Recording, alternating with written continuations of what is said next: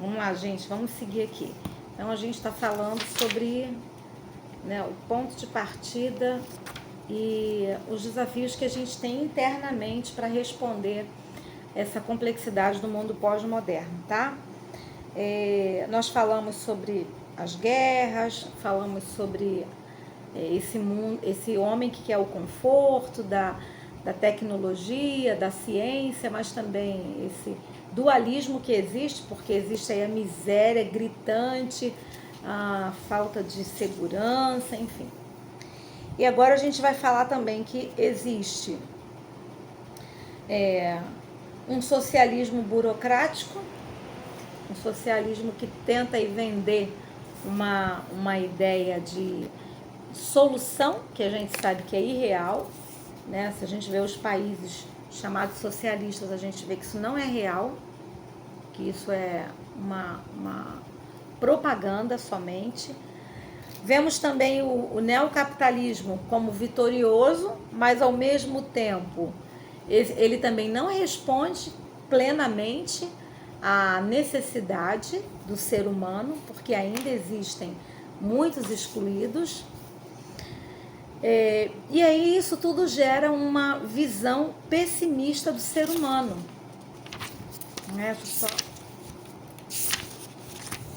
Isso, uma visão pessimista desse ser humano e uma visão pessimista da sociedade. Já viu gente pessimista? Tem um monte de gente por aí pessimista, porque ele olha só aquilo que não está legal e não consegue projetar uma mudança ou ver em Deus uma mudança para isso tudo. Então a gente vê uma reação que a pessoa quer explicar tudo pela lógica, mas ela não tem espaço para a esperança e para a fé, né?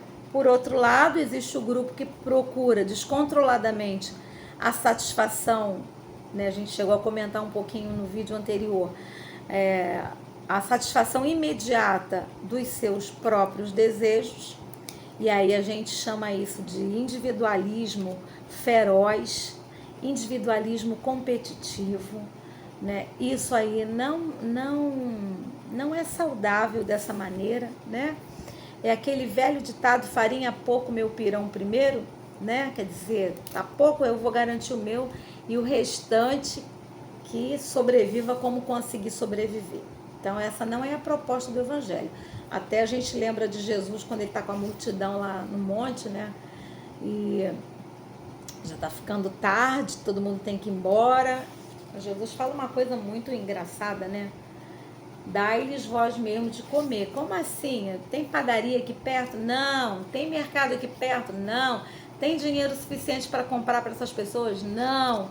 E como é que Jesus faz essa charada? Dai-lhes vós mesmos de comer.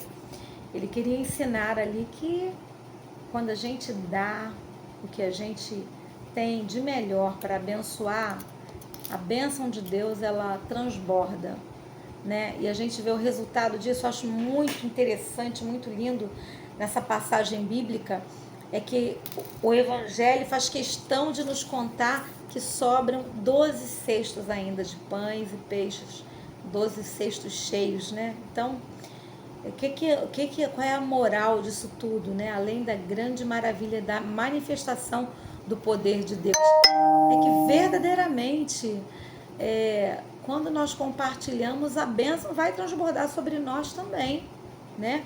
Ao contrário dessa sociedade egoísta. A gente vê vários vídeos aí, você já deve ter assistido na internet também, de pequenas encenações provocativas que são feitas para testar a generosidade das pessoas, né?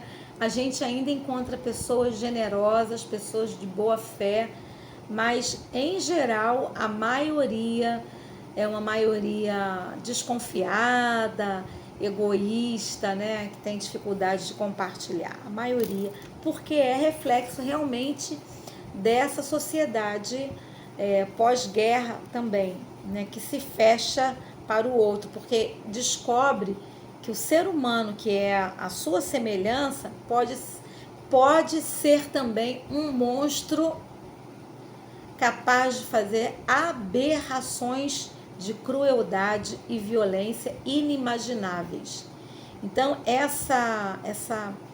esse choque com esse tamanho de violência gera na sociedade esse afastamento do outro. Tem até um artista polonês, ele já é falecido, Franz Kraftwerk, ele é incrível, né?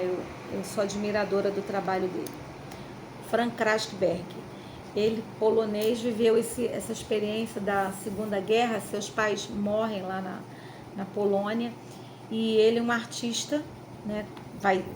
Na época ele é criança, mas depois ele se torna tem uma trajetória, finalmente se torna artista, vai para a França, vai para outros países, depois ele vem aqui para o Brasil, e ele vai morar na Bahia, se não me falha a memória, só que ele vai morar assim no interior, no meio do mato, no meio da mata.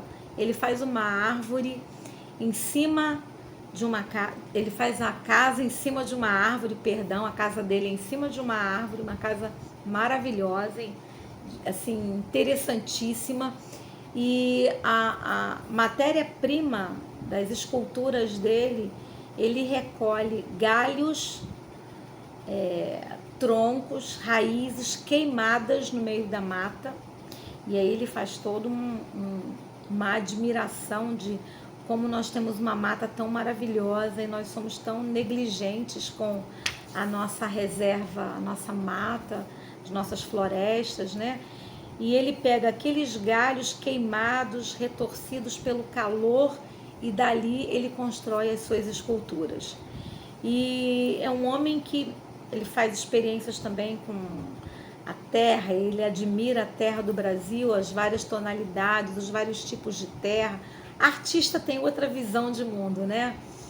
E de rochas também, e ele vai usar esse material como matéria-prima para seu desenvolvimento artístico, faz esculturas belíssimas, e ele praticamente se isola assim do convívio urbano, né? Do convívio da cidade, do movimento dos humanos, e ele prefere a tranquilidade, a serenidade dos pássaros, dos ventos, das folhagens, dos córregos, dos riachos.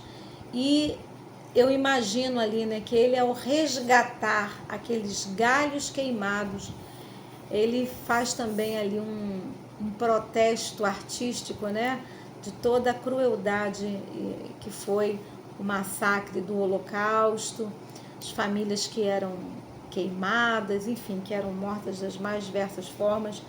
E ele então descobre uma maneira de ressignificar a vida dele através da arte, mas também se negando ou não conseguindo ter esse convívio pleno social de uma outra pessoa, se não tivesse experimentado uma realidade tão cruel como foi a Segunda Guerra. Então o mundo tem uma ruptura, né? E isso vai se refletir no relacionamento dele com o Criador, e no relacionamento dele com as outras pessoas, no relacionamento dele com a fé, né? Então, aqui dentro desse homem que deseja, nesse horizonte individualista, né, algumas causas, ele não quer mais saber, ele quer saber dele, ele quer o que ele precisa, o que ele gosta, o que ele quer, e o resto não importa. A gente vê inclusive a rotatividade nas igrejas, né? Não gostei, vou embora, tchau. Eu sou da época em que a gente nascia na igreja, crescia na igreja, casava na igreja, envelhecia na igreja, morria, e até o corpo era levado para a igreja. Hoje é proibido agora, né? Até onde eu sei. Então, as pessoas agora vivem nesse, não fiquei feliz, me desagradou, não vou, não quero. Ah, naquela outra igreja ali, eu acho que vai mais legal, gostei de uma proposta assim, eu vou embora. Então, a gente vê esse reflexo, né? As pessoas querem respostas imediatas, porque o consumismo gerou em nós essa rotina para a gente viver. A gente gosta de tudo rápido. Você vê, até a criação dos restaurantes, né? Que você serve na hora, self-service, você escolhe, você não quer ficar sentado, escolher um prato, a pessoa vai fazer, depois te trazer. Então a gente quer tudo muito rápido, né? Muito depressa. Senão a gente cancela o pedido e não quer mais. E aí com isso eu costumo até dizer que nós criamos, cada um aí cria o seu quinto evangelho, né?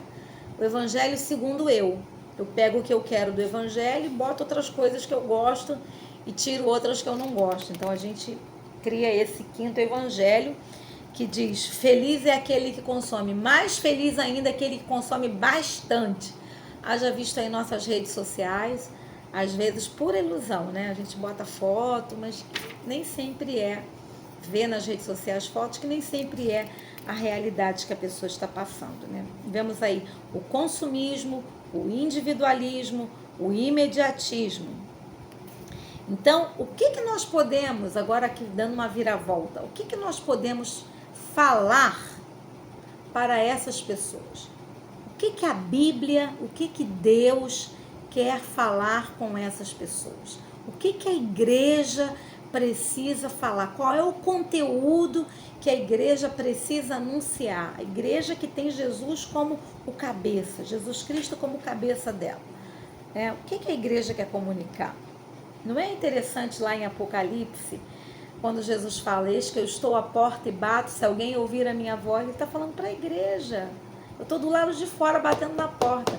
Hello, posso entrar? Então isso é uma coisa muito séria, né? Ter Jesus do lado de fora, a porta está fechada e ele está batendo. Alguém está me escutando? Posso entrar? Então a porta tem que estar sempre aberta para Jesus, né? Para as pessoas, mas em primeiro lugar para Jesus. Ele é o primeiro na igreja, né? O que nós podemos falar para essas pessoas que vivem com essa mentalidade pós-moderna? O que nós podemos falar? Qual é a boa nova, qual é a boa notícia que nós podemos anunciar? Então, se a gente vê, por um lado, a teologia da prosperidade, né? E existem muitas coisas importantes. Realmente o Senhor prospera, realmente Ele é o provedor. O problema é quando nós colocamos essa corrida pelas coisas materiais e queremos barganhar com Deus as bênçãos que Ele pode nos dar, porque Ele é mesmo o dono de todo ouro, de toda prata, nem só de todo ouro, de toda prata. Ele é o Deus de toda a terra, Ele é o Deus de todo o universo, Ele é o Deus de todas as coisas, Ele é o Deus dono da eternidade. Então, Ele quer nos abençoar, sim, Ele quer nos abençoar, porém, o nosso relacionamento com a fé, o nosso relacionamento com Deus, de modo nenhum pode se reduzir a isso. Aí nós temos que pensar na teologia do serviço. Então, nem tanto ao céu, nem tanto à terra, como diz o ditado, né? Nós não somos como os franciscanos que fazem o voto de pobreza, mas nós também não podemos querer viver na ganância, né, das coisas materiais, porque elas são perecíveis e são passageiras. Como bem já diz a Bíblia, o nosso tesouro verdadeiro está no céu, onde o ladrão não rouba, a ferrugem não corrói, a traça não come, né? Então é no céu. Vamos ter aquilo que o necessário, né? Vamos ter uma vida abençoada, amém. Mas Deus não nos abençoa só para sermos abençoados. Sempre que Deus abençoa com recursos financeiros, recursos materiais, é também para nós compartilharmos, para nós abençoarmos outras pessoas.